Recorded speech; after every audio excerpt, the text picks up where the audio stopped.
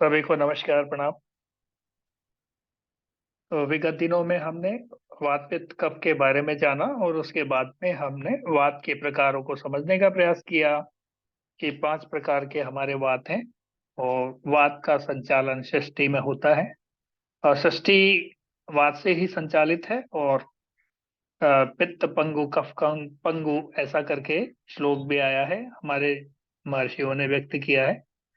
उन्होंने कहा कि पित्त और कफ वात के एब्सेंस में पंगु हैं, यानी क्योंकि इसका क्रियान्वयन यानी कि पित्त और कफ का जो कुछ भी एक जगह से दूसरी जगह स्थान परिवर्तन जो भी होता है, या सृष्टि के अंदर कोई भी चीज का स्थान परिवर्तन एक जगह से दूसरी जगह जब भी होगा तो वात के माध्यम से ही होगा, यानी ट्रांसपोर्टर का काम वात करता है, ये हम पिछले दिनों जान चुके हैं। और 5 प्रकार वात के जाने, और वात एक लंबा और बड़ा विषय था और सबसे ज्यादा बीमारियां देने वाला है यदि बिगड़ जाए तो। यानी भगवान बिगड़ जाए तो फिर क्या कहना। भगवान नाराज होता है तो वात नाराज है तो भगवान नाराज है, ऐसा मान के चलिए। तो इसी प्रसंग को हम आगे बढ़ाते हैं और पित्त के प्रकारों की चर्चा करते हैं आज। तो पित्त के प्रकारों में 5 प्रकार आते हैं। पित्त कितने प्रकार का है तो ऐसा जाना है तो 5 प्रकार हैं। तो 5 प्रकार में सबसे पहला प्रथम जो पित्त का प्रकार आता है, पाचक पित्त। दूसरा है रंजक पित्त। तीसरा साधक पित्त, आलोचक पित्त और भ्राजक पित्त। ये 5 नाम को सीरियल से हमको याद करना है, तो अपन 5 बार बोलेंगे। ऐसा करते हैं, मैं एक बार बोलता जाता हूँ, आप रिपीट करते जाइए इसके साथ साथ। तो बस पित्त लगाना है तो मैं इसका खाली मेन हेड नाम जो है वो बोलूंगा, तो उससे हम जल्दी नाम याद कर पाएंगे। तो कैसे बोलना है? तो पाचक पित्त, रंजक पित्त, साधक पित्त, आलोचक पित्त और भ्राजक पित्त। अब वो पित्त को अपन हटा देते हैं, याद करने के लिए क्या रखते हैं? आ, पाचक, रंजक, साधक, आलोचक, भ्राचक। आसानी से हो जाएगा, है ना? एक बार बोल दिया तो पाचक, रंजक, साधक, आलोचक, भ्राजक। पाचक, रंजक, साधक, आलोचक, भ्राजक। पाचक, रंजक, साधक, आलोचक, भ्राजक। पाचक, रंजक, साधक, आलोचक, भ्राजक। पाचक, रंजक, साधक, आलोचक, भ्राजक। इस तरह से ये 5 पित्त हो गए। मुझे लगता है आपको याद हो गए होंगे, नहीं तो आप जब रिकॉर्डिंग सुनेंगे तो आप 4-5 बार सुनने को मिलेगा। और साथ में आप भी एक एक के बार रिपीट करते जाएंगे तो अपने आप से याद हो जाएगा। कोई बड़ा इशू नहीं है, बड़ा विषय नहीं। बस खाली जैसे पाचक, रंजक, साधक, या 3-3 को ग्रुप ले लीजिए, पाचक, रंजक, साधक, आलोचक, भ्राजक। है ना? पाचक, रंजक, साधक पहले बोल दीजिए 3 बार। पाचक, रंजक, साधक, पाचक, रंजक, साधक, पाचक, रंजक, साधक, फिर एक और जोड़ देना है इसमें। बस याद करने का, गुरुकुली परंपरा में याद करने का तरीका क्या होता था? इस तरह से होता था। तो हम जब गुरुकुल में हमारे गुरुजनों से सीखते थे, याद करते थे, ऐसे ही होता था। तो कैसे करते हैं? छोटी सी एक लाइन लेते हैं और फिर उसको वापस उसमें एक दो और चीज जोड़ देते हैं, फिर वापस फिर एक दो और चीज जोड़ देते हैं, फिर वापस, इस तरह से ये क्रम चलता है। तो बेस तैयार होता है, तो बेस के आगे अपने आप रास्ता खुल जाता है ना? जैसे आपका पहली सीढ़ी पे कहते हैं ना, पैर अच्छा जम गया तो दूसरी सीढ़ी अपने आप मजबूती से पकड़ में आ जाती है, दूसरी तीसरी अपने आप मजबूत। लेकिन पहली पे ही आपका ठीक से पैर नहीं जम पाया था, आप ऊपर चढ़ने का तो सार भूल जाइए। है ना? जब पहले ही कमजोर है तो आपकी आगे की सीढ़ी मजबूती से नहीं बढ़ पाई। तो पाचक, रंजक, साधक, आलोचक, भ्राजक। पाचक, रंजक, साधक, भ्राजक, ये बीच में एक कट गया। ये क्रमबद्ध तरीके से याद रखना है। ऐसा आयुर्वेद के हर चीज में यही करना है ना? रसों की भी चर्चा करेंगे, और क्योंकि ये क्रम से ही सारी चीजें आएंगी। जब आप इसको गहराई से अभी समझने का प्रयास करेंगे तो सारी चीजें क्रमबद्ध तरीके से दिखाई देंगी। सब क्रमबद्ध है, सब क्रम से, एक के बाद एक। तो पाचक, रंजक, साधक, आलोचक, भ्राजक।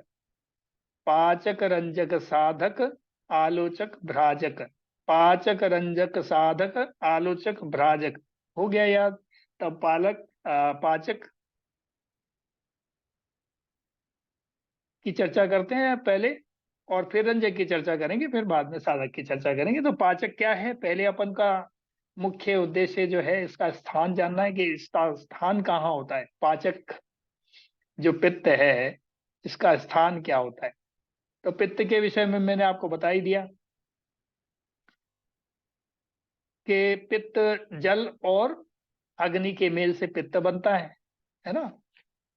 तो ये कोई दो कंटेंट से मिलके बना है।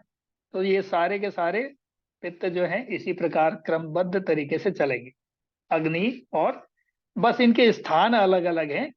जैसे वात के अंदर होता था ना एक स्थान, जब एक कोई व्यक्ति विशेष स्कूल में कॉलेज में पढ़ा होता है तो गुरुजी हैं, ठीक है, घर आ गए तो वो किसी के पिताजी हैं, है ना, शायद और आगे बढ़े हैं तो किसी के पति हैं, और किसी के पिता हैं, और किसी के भैया हैं, है ना। तो ये एक अब सबका रोल है अपना अपना। ये है तो व्यक्ति एक ही, लेकिन अलग अलग स्थानों पे उसका अलग अलग रोल है, फिक्स। तो ठीक इसी प्रकार अलग अलग स्थानों पे अलग अलग रोल है। तो पाचक का रोल क्या है, तो जैसा नाम वैसा काम, राइट। हमको क्या समझना है, जैसा नाम वैसा काम, पाचक। तो पाचक का स्थान देखेंगे तो कहाँ नजर आएगा। पाचन कहाँ होता है, आमाशय में, पेट में, बिल्कुल आराम से बोल सकते हैं ना। तो जैसे पाचक, पाचक जैसा नाम वैसा काम। तो कोई भी हमने खाना खाया, पेट में गया, पेट में गया यानी आमाशय में गया, आमाशय इंग्लिश में बोले तो स्टमक, राइट। तो स्टमक में गया तो क्या होगा, पहले उसका पाचन होगा। तो क्या करेगा, पाचन का कार्य पाचक पित्त या पाचक रस, पाचक पित्त, पाचक पित्त, तो पाचन का काम करेगा। तो आमाशय से पक्वाशय,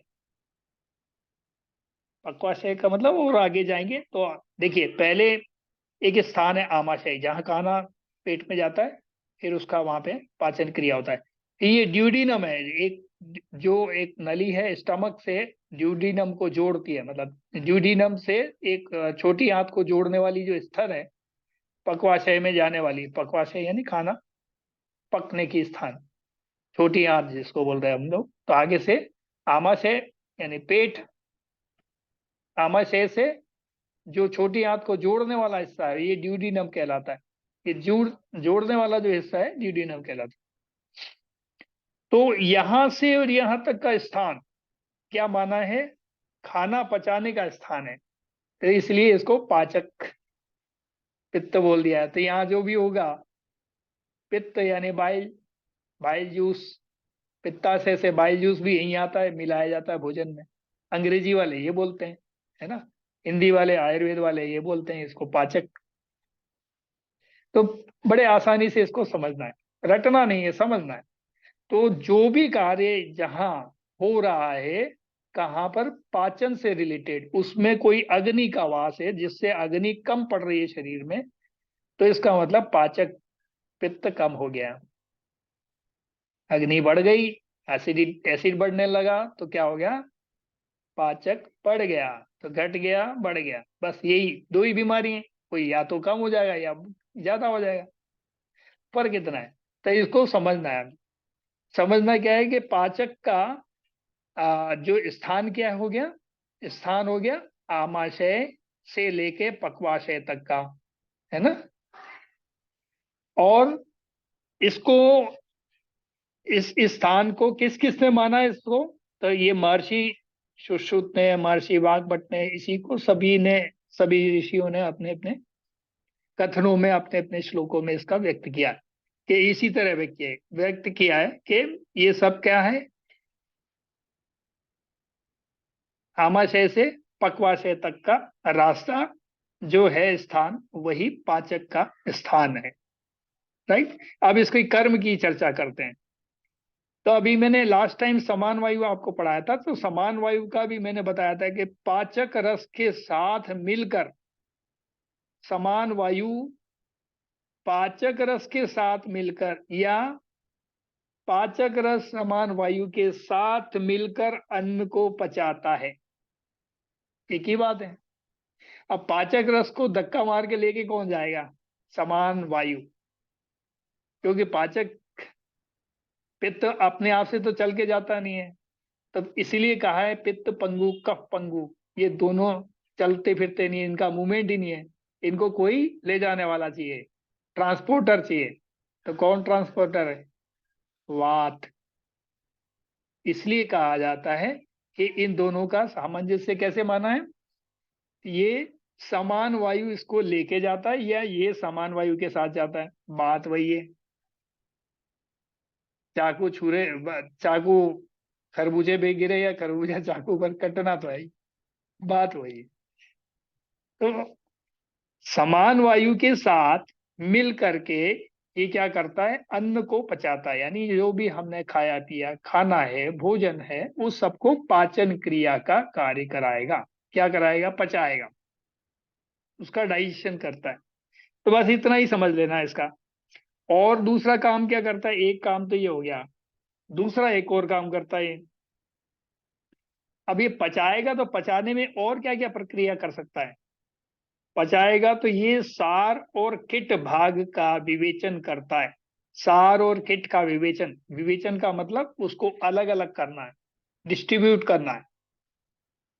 तो खाना जब पच गया तो उसका एक कोई रस बनेगा, है ना? तो रस बनेगा तो रस से जब खाना पच गया, हाथों ने उसको चूस के निकाल लिया, तो इससे जो मल बनेगा उसको मल वाली जगह पे विघटित करना है, डिफ्रेंशिएट करना, उसका अलग थलग करना।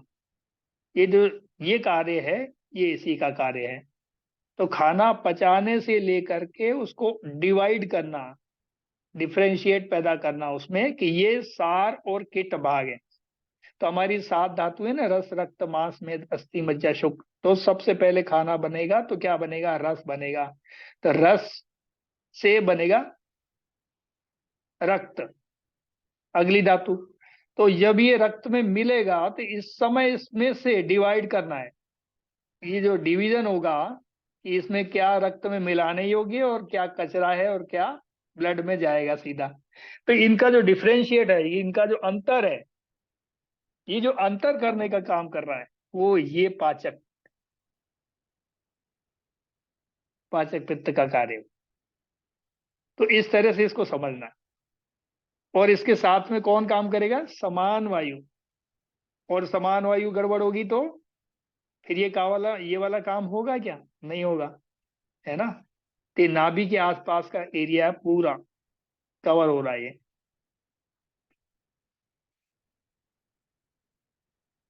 तो नाभि तक का एरिया हो गया, मतलब आमाशय से ये पक्वाशय तक का एरिया, राइट?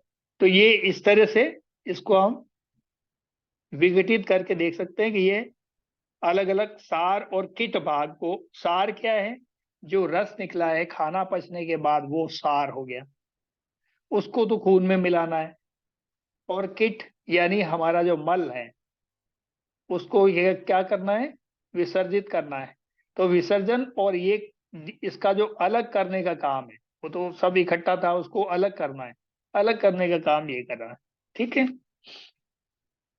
तो इस तरह से इसको आ, ये सार और किट के भाग के अलग अलग कर रहा है। और क्या कर रहा है? तो ये जो बात कही है महर्षि सुश्रुत ने कही है।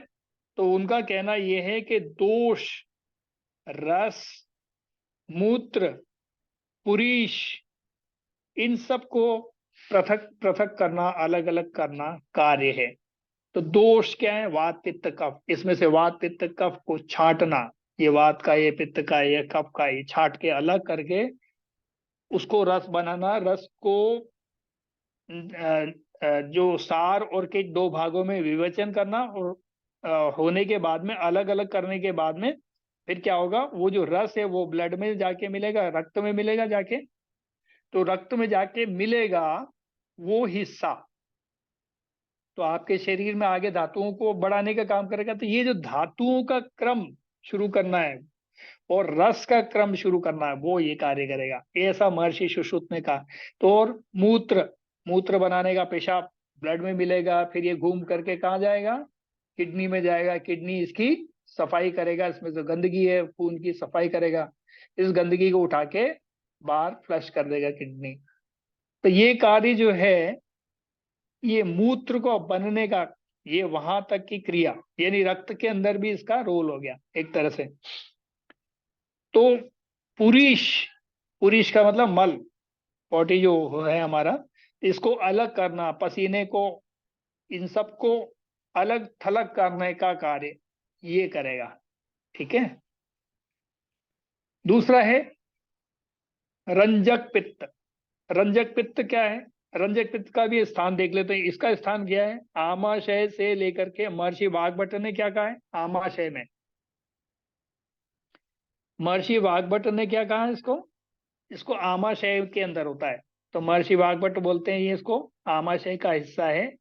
और इसको, जबकि महर्षि सुश्रुत ने इसको क्या माना है, इसको माना है यकृत और प्लीहा। यकृत यानी लीवर, इसको इंग्लिश में बोले तो लीवर, और प्लीहा यानी स्प्लीन। तो यानी ये रक्त धातु को बनाएगा। तो रक्त, नाम ही इसका रंजक है। रंजक मतलब चमक, शरीर के अंदर चमक वाली चीज पैदा करना। तो ब्लड जिसको निकलता है तो ब्लड चमकता है ना, ये वाली चीज, ये चमक वाली चीज है रंजक। एकदम चेहरे पे रौनक लाना, रंजक लाना, है ना। तो ये आप जब कुछ भी देखेंगे, ये सब खून की कमी है तो उसको बढ़ाना। तो कहते हैं ना डॉक्टर आंखों को देख करके, और ये आंखें तो आपकी पीली हो रही हैं, नहीं नहीं, खून की कमी हो रही है ना, हीमोग्लोबिन कम होगा चेक कराओ। ये सारे जो क्रम है, ये सब रंजक पित्त ही देखता है ये कार्य। तो इसका क्या है, प्लीहा, प्लीहा में क्या होता है, देखिए ब्लड का, अंग्रेजी विद्या के हिसाब से, एलोपैथी के हिसाब से, आधुनिक विज्ञान के अनुसार, आधुनिक चिकित्सा प्रणाली के अनुसार क्या होता है कि प्लीहा यानी स्प्लीन, स्प्लीन का एक कार्य है। हमने जो खाना खाया है, पहले लीवर का समझते हैं कार्य। लीवर का कार्य क्या है? लीवर का कार्य खाने को पचाना, 90% कार्य बॉडी के लीवर करता है। ठीक है। तो लीवर क्या करेगा, हमारा खाने को एक्सेप्ट करेगा, एक्सेप्ट करने के बाद में उसमें से पाचक रस पस जो भी बनाना है वो सब बना बनू के, उसमें जो जहर मिला है उसको वो अपने हेपेट सेल के द्वारा, अपने 25% उसके सेल डेड हो जाते हैं उस चक्कर में, और वापस से रीजनरेट भी कर लेता है। लीवर बहुत जल्दी, सेल डेड होते हैं और बहुत जल्दी रीजनरेट करता है। तो बाहर से, आपको एक चीज मैं बताना भूल गया कि शराब का नशा या कोई नशा आपको चढ़ता क्यों है? आपके सेल डेड होते हैं, हेपेट सेल लीवर के, तब ये नशा आपको चढ़ता है।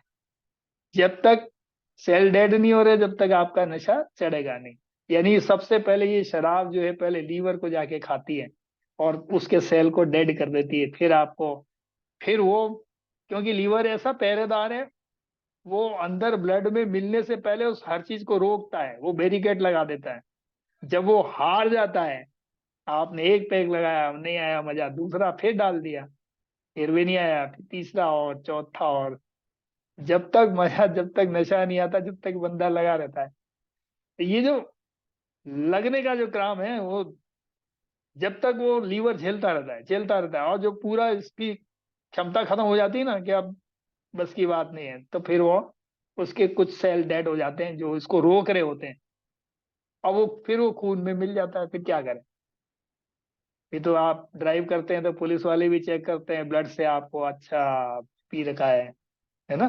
तो ये ऐसा, जो नशे वाला जो चीजें हैं, जो कुछ भी है, ये हमारे सेल को डेड करता है, जिसके कारण हमारे ब्लड के अंदर वो चला जाता है, और जाने के बाद फिर वो नशा हमको, पहले तो हम उसको पी रहे होते हैं, फिर बाद में वो हमको पीता है। तो इस तरह से ये चलता है। तो इसके अंदर जो जहर है ना, जो जहरीले कंटेंट आते हैं बाहर से, जो कुछ भी टॉक्सिन हमने इंजेक्शन लगाया था गाय को, भैंस को, जानवर को, वो भी दूध में आ गया था, वो जहर भी हमारे शरीर में चला गया, वो हमने दूध पी लिया, दूध के साथ चला गया। एंडोसल्फान, मेलाथियान, जो कुछ भी खेती में कीटनाशक पदार्थ डाले, वो जानवरों को मारने के लिए डाले थे, लेकिन जानवर वो भी तो एक जीव है, तो वो जीव मरेगा तो ये अंदर का जीव भी तो मरेगा ना, जो खाएगा उसको, वो भी तो मरेगा। तो वो सेल भी डेड होगी, उसकी चेतना में भी कमी आएगी, है ना। तो वो जो कुछ भी कीटनाशक हैं वो हमारे शरीर को भी मारते हैं, लेकिन यह है कि हमारे शरीर के लिए वो कुछ हद तक हल्के हैं, कम है, कमजोर हैं, एक लिमिटेशन में है। लेकिन वो शरीर हमारा इतना बड़ा है तो उसका इतना सा है, इतना से के लिए थोड़ा ही काफी है वो। तो ये फर्क है, ये जो सारा जो गंदगी इकट्ठा होता है ये सबको लीवर क्या करता है, अलग से अमोनिया, ये सब बहुत जहरीला हो जाता है। ये इतना जहरीला होता है कि इसमें से कोई इंजेक्शन भर के आपके चेहरे पे एक बूंद भी डाल दे उसमें से, तो चेहरा जल जाएगा, इतना जहरीला होता है, इतना खतरनाक एसिड होता है वो। तो उसको 1.5 से 2 घंटे के लिए हमारा ये जो लीवर है उसको किस में बदल देता है, यूरिया में बदल देता है। किसको, अमोनिया को यूरिया में बदलता है। कितनी देर के लिए, 1.5 से 2 घंटे के लिए। इसलिए महर्षि भागवत ने लिखा है कि कोई भी वेग को रोको नहीं, वेगान ना धारिये, ना धारिये वेगान, है ना, ऐसा करके शब्द आए हैं। किसी भी वेग को रोको मत, पेशाब आ रहा है तुरंत जाओ, नहीं तो क्या होगा, 1.5 2 घंटे बाद में वो ही अमोनिया जो जहरीला था, जो यूरिया में बदल दिया गया, जिससे हमारा यूटीआई या यूरिनरी ट्रैक जले ना, खराब ना हो, ये सिस्टम खराब ना हो, तो यूरिया उससे कम जहरीला है तो वो भी जहरीला है, लेकिन वो उसके लिए, यूरिया के लिए तो हमारे को प्रकृति ने झेलने के लिए हमारे सिस्टम को बनाया है, लेकिन अमोनिया को झेलने के लिए नहीं बनाया है। अमोनिया को झेलने के लिए हमारा एक ही अंग बना है, वो केवल यकृत है। तो वो ये जो यकृत है हमारा, ये जो डेड सेल्स हो जाते हैं, इसके जो डेड सेल्स होंगे, या आरबीसी जब भी डेड होती है, जैसे आरबीसी डब्ल्यूबीसी की एक साइकिल है, व्हाइट ब्लड सेल्स और आरबीसी यानी रेड ब्लड सेल्स की एक साइकिल है। 120 दिन में ये आरबीसी यानी रेड ब्लड सेल्स, इसको कोई भी तकलीफ ना हो तब भी 120 दिन की उम्र है इसकी, उसके बाद में ये मर जाएगा। ठीक है, अब ये मर जाएगा तो ब्लड में घूमेगा, तो ऐसे तो बॉडी में बहुत सारे सेल घूम लेंगे। तो क्या करते हैं, इसको कब्रगाह, इसकी कब्रगाह क्या है, प्लीहा, स्प्लीन, इस सेल को उठा के वहां भेज दिया जाता है, जाओ भाई। तो स्प्लीन क्या करता है, इसमें दो काम करता है। ऐसे ही डब्ल्यूबीसी, डब्ल्यूबीसी क्या है, डब्ल्यूबीसी की उम्र है 5 दिन, 4 दिन, 6 दिन, ज्यादा ज्यादा 4 4 दिन मान के चलो आप, 4 से 5 दिन। इस बाद में, उसके बाद में वो डेड हो जाते हैं, फिर वो नए बनते हैं, फिर उनकी ये साइकिल चलती रहती है। ये साइकिल ज्यादा ना बढ़ जाए, कई बार आपने टेस्ट रिपोर्ट में देखा होगा, किसी के डब्ल्यूबीसी बढ़ गए, किसी के कम हो गए, है ना। तो बढ़ गए तो वो अपने ही शरीर को खाने लगा, तो ऑटो इम्यून डिजीज होने लग गए बॉडी में, है ना। ये सारी चीजें सीबीसी कराने से जांच में आ जाती है। इसलिए डॉक्टर सबसे पहले सीबीसी कराता है, complete blood count with ESR. तो इस तरह से जांच होती है, और आज के आधुनिक विज्ञान के अनुसार ये सारी चीजें पता लगती है। तो मैं थोड़ा सा आउट ऑफ पित्त, ये पित्त का काम चल रहा था तो मैंने कहा पूरा ये बता ही देते हैं एक बार, दोबारा से इसके ऊपर विचार करने की आवश्यकता नहीं पड़े। क्योंकि ये जो व्यवस्था चलती कैसे है, इसको समझना एक बड़ी चीज है।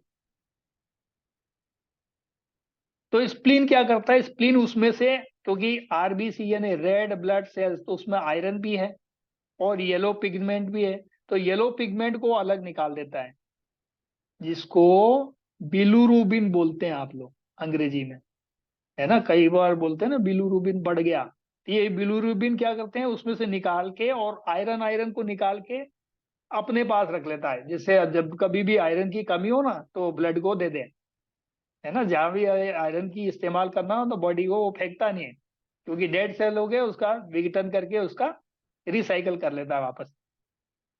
तो आयरन अपने पास रख लेता है, आयरन की कमी बॉडी में ना होने पाए इसलिए वो उसको रिसाइकल कर लेता है। तो येलो पिगमेंट और आयरन से मिलके आरबीसी बना होता था। और उसको अलग अलग करके, डेड हो गया ना, उसकी चेतना खत्म हो गई है, तो डेड हो गया, डेड हो गया, तो फिर उसको अलग अलग कर दिया, अलग अलग करके आयरन अपने पास रख लिया, और येलो पिगमेंट को कहाँ भेज देता है? लीवर के पास वापस। लीवर से वापस आया था, लीवर वापस भेज देगा लीवर के पास। लीवर कहाँ भेजेगा? इसका पित्त बनाएगा, येलो का, येलो पिगमेंट का पित्त बनाएगा, वो बाइल जूस बनाएगा, बाइल जूस आपको खाने को पचाने में फिर से काम आ जाएगा। तो ये इस तरह से बॉडी की साइकिल चलती रहती है, रिसाइकल होता रहता है, चलता रहता है। अब इसके साइकिलिंग में कोई न कोई गड़बड़ हो जाए तो फिर बीमारी आती। समझ गए? तो ये सारी चीजें समझनी है, और कुछ नहीं है, यही विज्ञान है। अरे बॉडी की एनाटॉमी और फिजियोलॉजी तो समझ गया है तो आपको दवा की जरूरत पड़ेगी।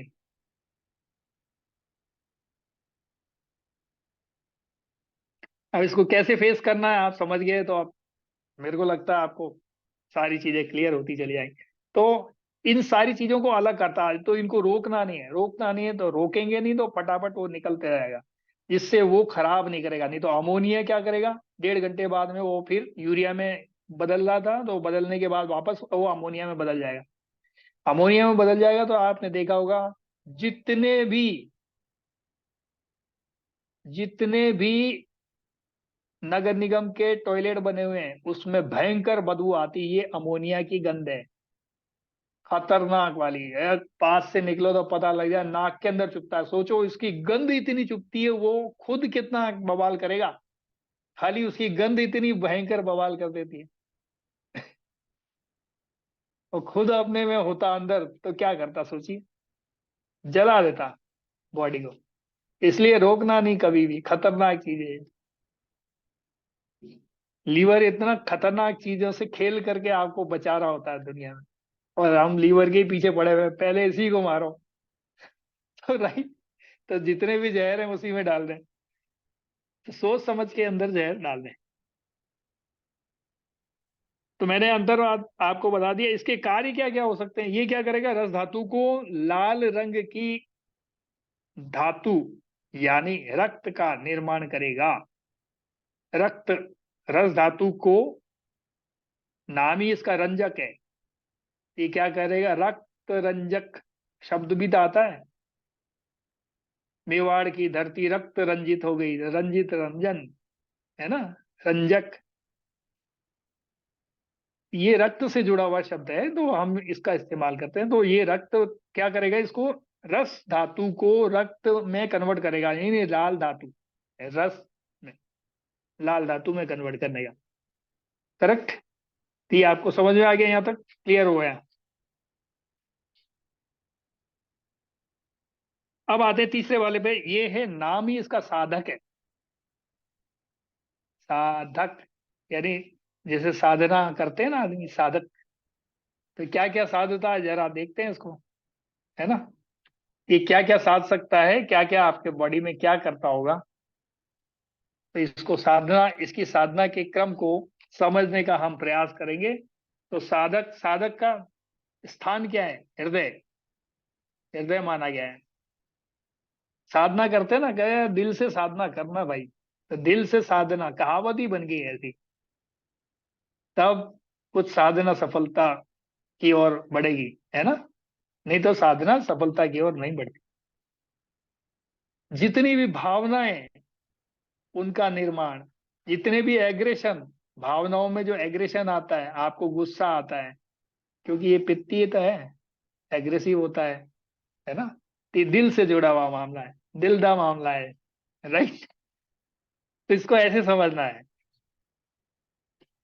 रटना कुछ नहीं है। साधक यानी साधना का स्थान, हृदय, कार्य, दिल का पोषण करना, दिल की जितनी भी प्रॉब्लम्स हैं उनको दूर करना। अब ये दिल क्या है, दिल एक हार्ट, जो एक उसमें एक थैली में बंद है, उस थैली में एक लिक्विड भरा हुआ है, उस लिक्विड में ये तैरता रहता है बस। ये लिक्विड क्या है वो मैं आपको बाद में बताऊंगा जब कफ को पढ़ेंगे। तो अभी अपन पित्त को पढ़ रहे हैं, ये कफ, वो कफ का पार्ट है, लिक्विड, जिसको पेराकार्डियम बोलते हैं। और वो जब हम कूदते हैं तो झटका लगता है, तो उस लिक्विड को लगता है, हार्ट को नहीं चोट लगती है। ऐसे समझना है उसको। तो स्थान क्या है इसका? हृदय। कर्म क्या है इसका? कार्य क्या है इसका? दिल का पोषण करना। दिल को जितने भी जो भी पोषण का लिए चाहिए वो सारी चीजें देना। ठीक है। तो क्या करना, उसके अंदर जो भी ब्लड का सर्कुलेशन चाहिए ये वो सब इसी का कार्य हो गया। और क्या क्या हो सकता है? और ये समझना, धर्म अर्थ काम मोक्ष चार पुरुषार्थ हैं हमारे शरीर में, या इस सृष्टि में, या इस हमारे जीवन के क्षेत्र में हमने कल्पना की किसकी? धर्म अर्थ काम और मोक्ष चार पुरुषार्थ हैं। इस जीवन में हर व्यक्ति आता है यही करता है, इसके अलावा कुछ नया नहीं करता। सारी सृष्टि के आदि से अंत तक या अनंत काल तक यही होता रहेगा, होता आया है और होता है। तो ये चारों पुरुषार्थ को पूर्ण करने वाला होता है। ये पूर्ण करने में चारों पुरुषार्थ को आपकी पूरी पूरी मदद करता है, और उस हार्ट की यानी उस मन की, ये मन की बुद्धि से कनेक्टिविटी की, ये वो सब कार्य में जहां जहां भी अग्नि तत्व की जरूरत पड़ती है वहां ये, या एग्रेशन की जहां भी जरूरत पड़ेगी, क्योंकि वात तो ठंडा है, वात तो खाली ले जा सकता है। तो इस अग्नि को भड़काता कौन है? वात। वात क्या है? विचार। सोचिए, तो हमने उसकी चर्चा की थी ना कि वो वात आएगा और फिर इसको धक्का लगाएगा, लेके जाएगा, ट्रांसपोर्ट करेगा। तो ट्रांसपोर्ट करेगा ना, जैसे चूल्हे के अंदर आग बुझ जाती तो हम क्या करते हैं? वो फूकनी से फूंक लगाते हैं, फिर से आग जल जाती है, बुझी हुई आग जल जाती है। तो ये क्या है? ये वात ने ही आग भड़काई है। वात ही आग भड़काता है हमेशा। कहीं दो आदमी लड़ रहे हो, ये वात ही है जो मुंह से बोलता है अंदर से, और दोनों को भिड़ा देता है, और दोनों और आग बबूला हो जाते थे। यानी वात ही आग को भड़काता है। वात वाक है, वाक पटुता, बोलने की क्षमता, है ना। तो वात वाक दोनों शब्द आजू बाजू दिखते हैं। तो धर्म अर्थ काम मोक्ष ये चारों पुरुषार्थों को पूर्ण करने वाला माना गया है, ऐसा हमारे सभी ऋषियों का मत है। लगभग लगभग सभी, जितने भी इस ब्रह्मांड में ऋषि मुनि आए हैं वैदिक व्यवस्था को मानने वाले, उन सब का यही मानना है। चौथे नंबर की पित्त की चर्चा करते हैं। नाम आलोचक। अच्छा, आलोचक नाम क्यों हुआ इसका, ऐसे समझते हैं, है ना। आलोचक, चौथा नंबर आलोचक। जरूर किसी ने किसी की आलोचना कर दी होगी, है ना। बिल्कुल ठीक। चलो इस तरह से इसको घुमाते हैं। तो आलोचक यानी आलोचना। आलोचना कैसे होती है? किसी को आंख से देखोगे कुछ करते हुए तभी तो उसकी आलोचना कहीं और करोगे। तो आलोचक का स्थान क्या है? आलोचक का स्थान, महर्षि ने बोला, सभी महर्षियों ने माना है, आंख। आंख में जो पित्त का स्थान है, मुख्य रूप से आलोचना, यानी आपके अंदर जो कुछ भी आलोचना करना, आलोचना करना यानी आपके ब्रेन को आलोचना के फेस में वो लेके जा रहा है। जो भी फोटो बनी हमारे आंख के अंदर गई, छपी, वो उल्टी होकर के वहां जा रही है, आलोचित भाव में जा रही है। ब्रेन में जाएगी, ब्रेन उसको चेक करेगा, हाँ कैसा सही हुआ गलत है। लेकिन ये पित्त का काम तो आलोचना करना है, एकदम उल्टा करके बताना कि उल्टे ही फोटो छापता है। ऐसे करके इसको समझने का अपन प्रयास करते हैं, है ना। तो आलोचक यानी आलोचना करना, या आलोचना करना नहीं, मतलब आलोचक नाम हो गया इसका, क्योंकि पित्त आंखों से रिलेटेड है, करता है ना ये स्थान इसका। तो आंखों से ही आदमी देखेगा जब भी आलोचना करेगा, देखेगा ही नहीं तो गांधी जी का बंदर बन गया। तो बुरा नहीं देखना, बुरा नहीं सुनना, तो फिर किसी की आलोचना ही नहीं करना, या अच्छाई बुराई को दिखाना ही नहीं, है ना। तो यहाँ पर उससे हम कोरिलेट इसको करके देख सकते हैं। तो ये आंखों द्वारा देखी गई चीजों का आकलन करता है। क्या करता है? आंखों द्वारा देखी गई चीजों का, यानी आंखों देखी, महाभारत का संजय यही है ना। तो इस तरह से आकलन करता है, यही आलोचक पित्त है। बस इतना सा कार्य, इसका बहुत ज्यादा रोल नहीं है। यानी अंदर जो कुछ भी क्रियाकलाप हो रहे हैं यहां से इस आंख के अंदर, और वो उसका जो अंदर आंसर, प्रत्युत्तर, उत्तर जो कुछ भी बन रहा है वो ब्रेन तक पहुंचाना, ब्रेन उसको, बस इतना ही कार्य है इसका, इससे आगे का कुछ भी नहीं है।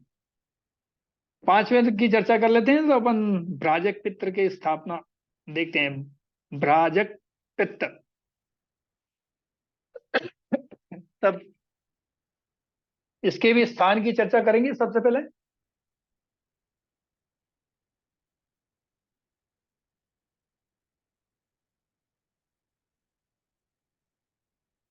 तो इसका स्थान क्या है, मतलब ये आलोचक पित्त क्या कर रहा है, हमारी इंद्रियों को पुष्ट करने में लगा है, इंद्रियों का अग्नि को बढ़ाने में लगा है। राइट। तो इंद्रिय इंद्रिय हमारी खास तौर से सबसे बेहतर ये है कि आंख, आंख दूर से पता कर लेती है ना। हाथ तो छू के बताएगा ये गर्म है, अब उसमें से भाप निकल रही तो आंख तो पहले ही देख के बता दी ना, ये गर्म पानी है भाई, है ना, ये दूध ठंडा है क्या गर्म है, आंख देख के बता देगी। भाप निकल रही तो गर्म है, भाप नहीं निकल रही तो अपन हाथ लगा सकते, छू सकते हैं ना, टेंशन नहीं है। तो ये फर्क जो करने का कार्य ये कर। पांचवा नंबर भ्राजक पित्त। भ्राजक का स्थान क्या है, त्वचा, हमारा स्किन। तो और ये क्या कर रहा है, ये जो स्किन है इसके अंदर जितनी भी चमक दिखती है ना, चमक स्किन में, कई बार अब बुढ़ापे में तो चमक दिखती नहीं है, जवानी में आदमी की चमक दिखती है। तो पित्त बड़ा कब हो रहता है शरीर में, हमेशा जवानी में बड़ा होता है ना। तो जवान आदमी की स्किन चमक रही होती है, ऐसे समझ लो। राइट। और जैसे जैसे आदमी बूढ़ा हो जाता है तो स्किन लटकने लग जाती, क्यों, क्योंकि यही कमजोर हो जाता है, इसकी अग्नि खत्म हो जाती है ना, एक्सपायरी डेट यहीं से शुरू हो जाती है। तो आदमी बूढ़ा दिखने लगता है। तो त्वचा जो है ये इसका एक स्थान है, और इसको ही चमकाने का काम, या इसको एक अच्छे व्यवस्थित स्थान पर रखने में इसी का रोल आता है, राजक पित्त का। इसी से ही तो पता पड़ता है किसी को अच्छा स्किन देख के, चाहे वो सफेद बाल करके घूमे तब भी आप बोलो नहीं नहीं बूढ़ा तो नहीं है, जवान है, स्किन देख के हमको पता लगता है ना कि इसकी उम्र क्या होगी, है ना। बाल वाल से तो फिर भी कभी कभी भ्रम हो सकता है, कोई डाई लगा के आ गया हो तो, नकली, जैसे आजकल सफेद को काला बना के नकली घूम रहे जवान लोग देश के।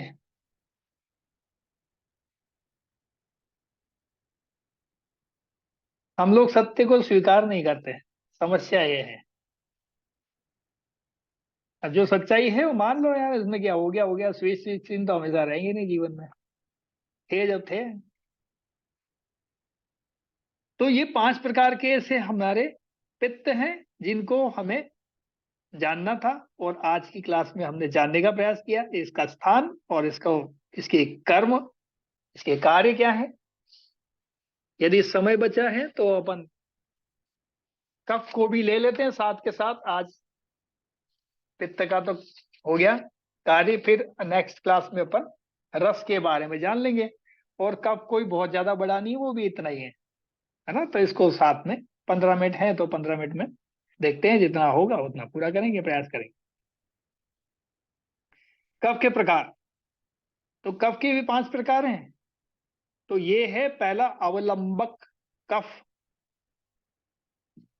तो इसका स्थान क्या है, उरु, उरु प्रदेश, उर, उर यानी चेस्ट रीजन, जो हमारा ये चेस्ट है ना, ये वाला रीजन। और महर्षि, कुछ महर्षियों का मत है कि ये हार्ट का स्थान जो है, अवलंबक कफ जो है हार्ट का मुख्य भाग जो है, इसमें हार्ट का रोल ज्यादा है ना, हार्ट के अंदर इसका ज्यादा रोल। लेकिन उर प्रदेश यानी चेस्ट रीजन में ये कफ रह सकता है, क्योंकि फेफड़े भी आ जाते हैं, फेफड़ों में भी कफ बनता है ना, ये क्या कफ रहता है। कई बार आपको खांसी वांसी होना, ये सब क्रम दिखता है। इसमें जो गले के अंदर जो होना है, ये चेस्ट, लेकिन चेस्ट रीजन में इसको ज्यादा महत्वपूर्ण। तो उर यानी चेस्ट रीजन, इसको इंग्लिश में बोले तो, और हार्ट हिंदी में बोले तो हृदय। तो इसका कार्य क्या है? हृदय का पोषण करना। अभी मैंने बताया था ना, हार्ट क्या है, एक बहुत सॉफ्ट मसल्स है, ये मूवमेंट कर रही है, पूरे शरीर को चला रही है। अब इसमें थोड़ा सा झटका लग जाए, इसके वाल वाल कुछ हिल जाए, तो ये काम करेगा? नहीं करेगा। इसलिए भगवान ने क्या किया, इसको एक थैली में बंद कर दिया। जैसे अपन पत्ता गोभी लेके जाते हैं, सब्जी लेने जा रहे हैं कोई भी, तो सब्जी वाला क्या करता है, एक थैली में डाल के दे देता है। तो ऐसे ऊपर वाले ने इसको भी एक थैली में डाल के हमको दिया है। इस थैली में भी उसकी सेफ्टी के लिए अंदर लिक्विड भर दिया। उस थैले में लिक्विड भरा हुआ है, इतना बड़ा थैला, उसमें पूरा लिक्विड भरा हुआ है। ये अवलंबक कप भरा हुआ है ना, और इसमें वो डुबकी लगा के वो तैर रहा है। तो ये हार्ट का स्थान हो गया एक तरह से। वो जो लिक्विड है वो यही है। वो जैसे ही गाढ़ा होगा तो हार्ट की बीमारी आ जाएगी, उसका पोषण खत्म हो जाएगा। वो बदलता रहना चाहिए हर बार। कहते हैं ना, एक जगह पानी इकट्ठा हो जाता है, सड़ जाता है। तो जल जब इकट्ठा होता है तो गंदगी होती है, गंदगी होती है, सड़ान होती है। वैसे ही ये कफ मूवमेंट में रहता है। हम जो खाना खाते हैं उससे कफ बन रहा होता है, रस धातु से कफ बनता है, और वो पूरे शरीर का पोषण कर रहा होता है। तो ये अवलंबक कप जो है हमारा क्या कर रहा है, अवलंबन कर रहा है, यानी पोषण कर रहा है। क्या कर रहा है? जैसा नाम वैसा काम। दूसरा वाला क्लेदक कफ। क्लेदक, अब क्लेदक का अर्थ क्या है, शाब्दिक अर्थ देखें तो अपन इसको क्या है, ये चिकना करना, किसी को क्लेद करना, यानी उसको तरावट रखना, उसमें क्लेदन करना, है ना। तो ये अन्न समूह को चिकना बनाने का काम करता है। अन्न समूह यानी खाना, जो कुछ भी हम खा रहे होते हैं उसको चिकना बनाता है। जैसे हम चबाते हैं तो लार बनती है, लार को साथ में खाने को मिक्स को करता है, हम लोग खाने को मिक्स करते हैं। और ये जो थ्रोट रीजन है, ये इसका स्थान है। तो इसका कार्य क्या है? इसका स्थान क्लेदक का बोले तो क्या बोलेंगे, आमाशय है। वैसे तो मुख्य स्थान तो आमाशय है। कफ का मुख्य स्थान और कफ का जनक स्थान या जनन स्थल क्या है, आमाशय। हमेशा याद रखिए, शरीर के अंदर कफ चाहे किसी भी नाम से जाना जाए, लेकिन इसका जनक या जनन स्थल क्या है, आमाशय, पेट। चेस्ट रीजन नहीं है, चेस्ट रीजन तो उसको प्राप्त करता है, जाता वहीं से, राइट। हर जगह वहीं से सप्लाई आएगी। तो आमाशय क्या है? आमाशय इसका जनरल स्थल है। और कार्य क्या है इसका? अन्न समूह को निगलना या चिकना करना, निगलने योग्य बनाना, खाना अंदर पहुंचाना है ना। तो चिकना होगा जब भी, तो सूखा खाना चला जाएगा? नहीं जाएगा। हम तो सूखे चने भी खा लेते हैं, रोस्टेड मूंगफली खा लेते हैं, सिंगदाना, है ना। तो ये सब जो खा लेते हैं, ये जाता कैसे अंदर? ये इसी के कारण जाता है। इसको ये चिपचिपा बना देता है, लेसदार एकदम। जब हम लुगदी बन जाती तो आराम से अंदर चली जाती। तो ये वो कफ है जो उसको चिकना बनाने का काम करता है, यानी क्लेदन का काम करता है। अब तीसरा नाम है बोधक। तो जैसा नाम है वैसा काम है। तो हम जो क्लफ का नाम याद करें तो सबसे पहला नाम आता है अवलंबक। अवलंबक का काम क्या है? अवलंबन करना। क्लेदन का काम क्या कर, अब इसका हिंदी अनुवाद करते जाओ, मतलब ये है तो हिंदी, लेकिन इसका भी और हिंदी अनुवाद आम बोलचाल की भाषा में कर लो। तो अवलंबन का कार्य क्या हो गया? ये चेस्ट रीजन में रहता है और हृदय का पोषण करता है। किसका करता है पोषण? हार्ट का। तो वो अवलंबन करता है, हृदय का पोषण करता है। इसका नाम इसका अवलंबन हो गया। नंबर 2 पे आता है क्लेदन। तो क्लेदक जो है क्लेदन करता है, यानी उसको चिकना बनाने का काम करता है, यानी चिपचिपा बनाता है, वो क्लेदन करता है, लिक्विडिटी पैदा कर रहा है वहां। तो लिक्विडिटी मतलब ये वो फाइनेंस वाली नहीं है यहाँ। आप सोचेंगे कि शायद नोटों की गड्डी की चर्चा हो रही है ना, वो नहीं है। यहाँ तो उसको चिकना बनाना है। तो चिकना बनाने का काम अन्न समूह को करता कौन है? क्लेदक। क्लेदक कफ। तीसरा नाम ही बोधक है उसका। तो बोध कराए जो, वो बोधक तो हमारी इंद्रियों को जो नरिशमेंट दे, जिससे इंद्रियों में बोधन की प्रक्रिया बढ़ती है, बोध कराते हैं। यही कफ अभी कोरोना काल के बाद में ये ड्राई हो गया, कफ खत्म हो गया, वात की वृद्धि हो गई। कोरोना है क्या? वात की वृद्धि कर रहा है शरीर में, है ना। तो जो वात की वृद्धि हो गई, ड्राई फॉर्म हो गया, तो ये जो हमारा बोधक कफ था ये सूख गया। ये सूख गया तो जीभ सूखी हो गई।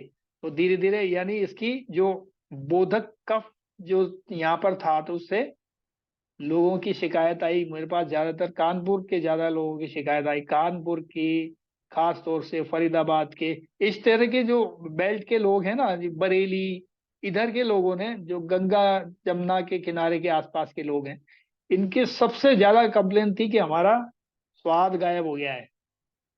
स्वाद गायब हो गया, यानी हम कुछ भी खाते हैं हमको स्वाद पता ही नहीं लगता। ये कोरोना के बाद के साइड इफेक्ट में देखा है। तो मैंने उनको एक ही कहा, जी आप पित्त प्रकृति के हो तो नारियल तेल मुंह में गंडूश करो, 4 चम्मच अंदर रखो, 25 मिनट तक घुमाओ उसको, थूक देना। 3-4 दिन में उनका स्वाद बढ़ने लग गया, ठीक हो गए। ऐसे कई लोग हैं, हेल्प इंडिया के कई लोग थे, और भी लोग थे। तो ये बोध कराता है, हमारी इंद्रियों को बोध कराने वाला कफ है, इसलिए नाम इसका क्या पड़ गया? बोधक। चाहे वो जिह्वा को बोध कराए। तो महर्षि सुश्रुत क्या मानते हैं? महर्षि सुश्रुत बोलते हैं कि कंठ और जीभ इसका स्थान है। तो आवाज में मधुरता है, मिठास है, तो समझ जाओ इसका बोधक कफ अच्छा है ना। और उसका बोध ज्ञान भी अच्छा है, बोध ज्ञान भी अच्छा है। आवाज में मिठास है, इसलिए कहते हैं ना, कर्कश आवाज जो है किसी को अच्छी नहीं लगती, मिठास भरी आवाज अच्छी लगती है। तो प्यारा कहते हैं ना, मीठा मीठा बोलो, मीठा मीठा खाओ, मीठा मीठा बोलो। तो मीठा खाओगे तो क्या होगा? यहाँ कंठ में तरावट आएगी, कौन सा? बोधक कब बढ़ेगा, बोधक कब बढ़ेगा तो मीठा मीठा बोलो। कहावत भी ऐसी हम बन गई, जैसा काम वैसा कार्य, जैसा व्यवस्था हो गई अपने आप से। तो महर्षि सुश्रुत ने जीव के ऊपर चर्चा की। तो महर्षि सुश्रुत ने तो कहा कि ये कंठ और जीव ये दोनों ही इसके स्थान है। और महर्षि वाग्भट ने कहा इसको कि जीव इसका मुख्य स्थान है। महर्षि वाग्भट कह रहे हैं कि जीव ही स्थान है, कंठ तो अपने आप हो ही जाएगा तरावट। जब जीव पर कुछ डालोगे तो जाएगा तो रास्ता यही ना, तो उसको तो अपने आप ही कर देगा स्थान, तो उसका भी वही। लेकिन महर्षि सुश्रुत ने इसको बोला है कि वो महर्षि सुश्रुत इनसे पहले आए, पूर्व जन्म लिया है उन्होंने, और ऑपरेशन के वैज्ञानिक थे। ऑपरेशन इन्होंने ही शुरू किया था पहली बार सृष्टि के अंदर दुनिया में। तो ऑपरेशन के माइंडर, मास्टर माइंड सुश्रुत। तो इनका कहना यह है कि दोनों में इसका स्थान माना जाएगा, ऐसा नहीं कि कोई एक जगह से इसका स्थान व्यवस्थित हो सकता है, नहीं हो सकता है। तो इसलिए इसका स्थान हो गया क्या? जीभ और कंठ, ठीक है। तो और कार्य क्या हो गया? जीभ में स्वाद का बोध कराना, रस का बोध कराना। रस क्या है? जो हम स्वाद या रस जो कुछ भी ले रहे हैं, उसका खट्टा है, मीठा है, नमकीन है, इसका बोध कराता है, इसलिए इसका नाम बोधक है। नंबर 4 पर देखते हैं, तर्पक। नाम ही तर्पण करना है। तो तर्पण क्या करना पड़ता है? अब सिर में अपन तेल डालते हैं ना, क्यों डालते हैं? अंदर से वो ऊपर से नरिशमेंट हो जाएगा उसका, सिर में तेल डाल लो। तो इसका जो स्थान क्या है? सिर। और तर्पण का मुख्य स्थान क्या है? सिर। इसलिए आयुर्वेद शिरोधारा करता है ना। किसी भी बड़ी बीमारी में आयुर्वेद में सजेस्ट कर दिया जाता है भी शिरोधारा करा लो। कमजोरी है, ब्रेन से रिलेटेड कोई प्रॉब्लम है, या थकावट है, या ब्रेन की कमजोरी है, मानसिक कोई रोग है, तो शिरोधारा करने को बोलते हैं। एकदम तरावड़ा, रात को नींद नहीं आती है, शिरोधारा, है ना। तो ये इसीलिए बोला जाता है, यानी बोधन उसका अच्छा हो जाएगा। और बोधन के बाद में जब इंद्रियां उसकी स्वस्थ रहेंगी तो बोधक कप उसको, मतलब बोधक कप से नरिशमेंट मिलता रहेगा, और फिर तर्पण जो है उसको क्या कर देगा, तर्पित कर देगा। तो स्थान क्या है, शिर, और ये इंद्रियों को तर्पण देता है। बोधन क्या कर रहा है, बोधक कप बोध करा रहा है। यहाँ तो पता लग रहा है मीठा खट्टा, लेकिन ये जो इंद्रिय है यहाँ से आगे सप्लाई कौन दे रहा है, ब्रेन को। ब्रेन ही तो पता लग रहा है, ब्रेन से ही तो पता लग रहा है ये खट्टा है मीठा है। इसकी सूचना कहाँ पहुंच रही है, इधर। इधर से पहुंचते ही जीभ पर आ जाती है, भाई ये तो मीठा है, ये तो खट्टा है। ना ना, अभी डॉक्टर ने मना किया खट्टा नहीं खाना, है ना। तो क्या है, इंद्रिय बोध। यहां से क्या हो रहा है, बोध। यहां से क्या हो रहा है, तर्पण। ये नहीं, बोध जो किया है उसका तर्पण कहाँ हो रहा है, सिर में। तो सिर में तर्पण होता है इसका। जैसे हमारा स्कल है, स्कल के अंदर क्या है, हड्डी के नीचे क्या है, एक मेनिंजाइज है। बाकी जितने भी सेल हैं वो सब न्यूरॉन्स हैं। और न्यूरॉन्स डेड होने के बाद, ग्रीन मैटर और व्हाइट मैटर डेड होने के बाद में कोई भी आदमी का नया नहीं बन सकता। लेकिन वो 10% है, वो नरिशमेंट ले जाके वहां पहुंचाते हैं उसको, बराबर रिकवरी होती रहे, वो डेड ना हो जाए न्यूरॉन्स, है ना।